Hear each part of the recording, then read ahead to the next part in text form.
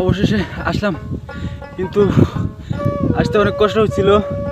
মাঝপথে আইসা একবার ডুবে গেছিলাম, অনেক কষ্ট হয়েছিল আসতে। এখন তে টেনশনে পড়ে গেলাম, এইখান থেকে ওপার কিভাবে যাবো। এইখান থেকে ওপার যেতে হলে এবারকার নিশ্চিত নৌকা লাগবে আমাদের, নৌকা ছাড়া আর যেতে পারবো না। পরিস্থিতি বড়ই ভয়ঙ্কর হয়ে উঠছে, প্রচুর ঢেউ আসছে। প্রথমে তেমন ঢেউ ছিল না, মাঝপথে যখন চলে আসলাম তখন তে দিয়ে মারাত্মক লেভেলের ঢেউ শুরু হয়ে গেছে।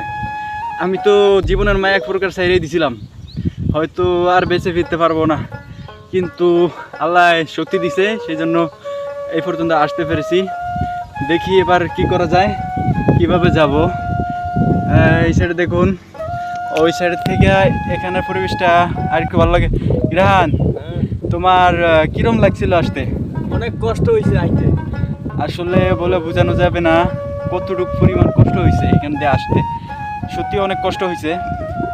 এখন যেতে পারবো কি না, আমাদের সাথে আরেকজন কিন্তু আসতেই পারে না, সে ভয়ে ওই মাথায় থেকে গেছে। ওই যে দেখুন আপনারা, সে ওইখানে থেকে গেছে, ওই যে অল্প কিছু দেখা যাচ্ছে।